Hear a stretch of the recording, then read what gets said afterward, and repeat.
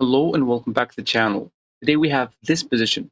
It is white to move and win, so you can pause the video to find the answer on your own.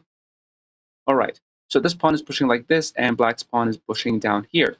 Now, if you want to push the pawn, it's going to be very easy for black to stop.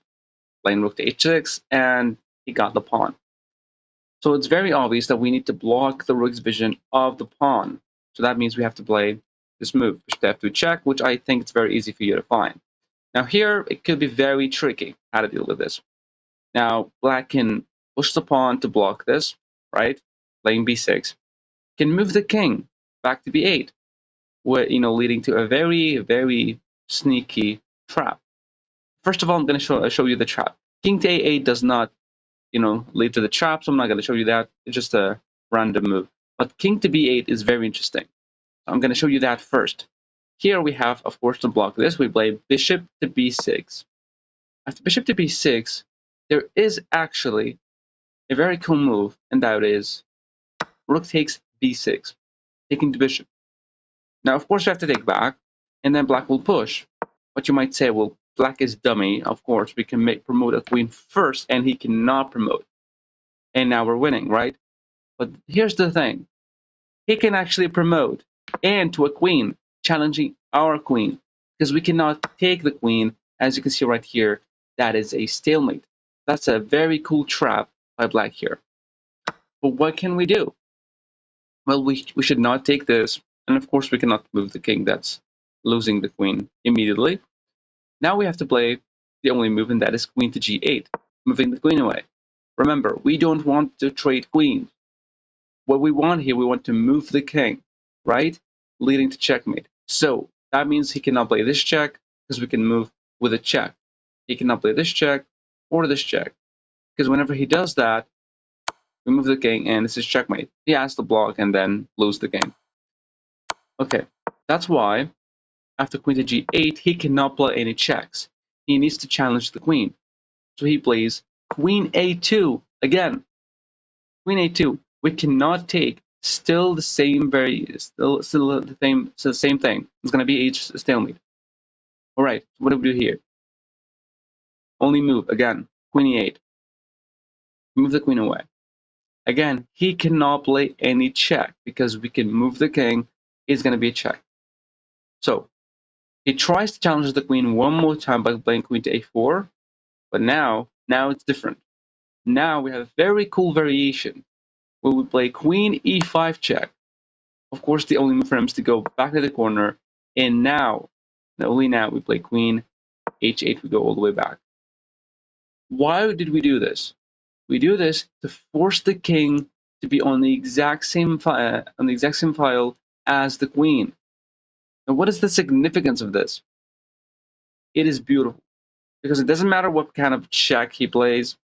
Okay, like he can play this check, but we can just obviously take it. He can play this check, but we can just move the king. This is a checkmate. He has to block with the queen and lose. And this move is no longer possible because by moving the queen like this and giving a check, forcing the king to the corner and going back does not allow black to play this move because now we can take it with a check. Remember, when the king was on b8, this would have been a stalemate. So we did this crazy maneuvering, the dancing queens it's called, and to force him to be a check, and then after the king moves, obviously queen a7, that is checkmate.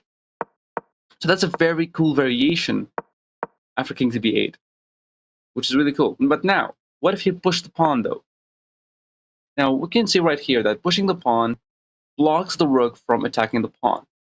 So does that give us the time to push the pawn and promote? Well, this move doesn't work. The thing is, because black can play the move king to b7, moving the king away. We cannot promote, obviously, because there's a check, we move the king, and we lose the queen. And even if we did not promote right away, like for example, we play bishop to d4, right? He can technically play this, take this pawn, then play a check whenever we promote, and he still has two passers. So I think it's going to be either equal or winning for black. So after this move, it's not going to be winning because of king to b7. So the winning move, or sorry, so the move that's going to help black counterattack us is king to b7. So what do? We stop the move king to b7. Now, as you can see, we are cornering the king. The king is stuck. The pawn cannot move. It's pinned. And the rook cannot move, which is crazy. Now, black here has two options. You can play the king to a8, right? Now here, if we blundered and push the pawn, then he has this rook to a7 move. We move away, and he wins the pawn, and that's winning for black.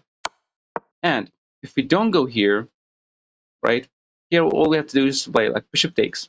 Bishop takes, I guess, is still fine. Pawn takes is faster, but bishop takes is better because there is no checks, there is no takes.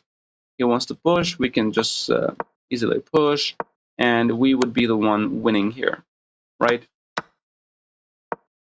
Okay, so that means he cannot go back to a8. What if he takes this pawn with the rook? He cannot take with the pawn and spin.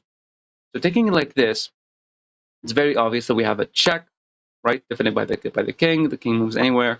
We take here, and it's not going to be easy for him.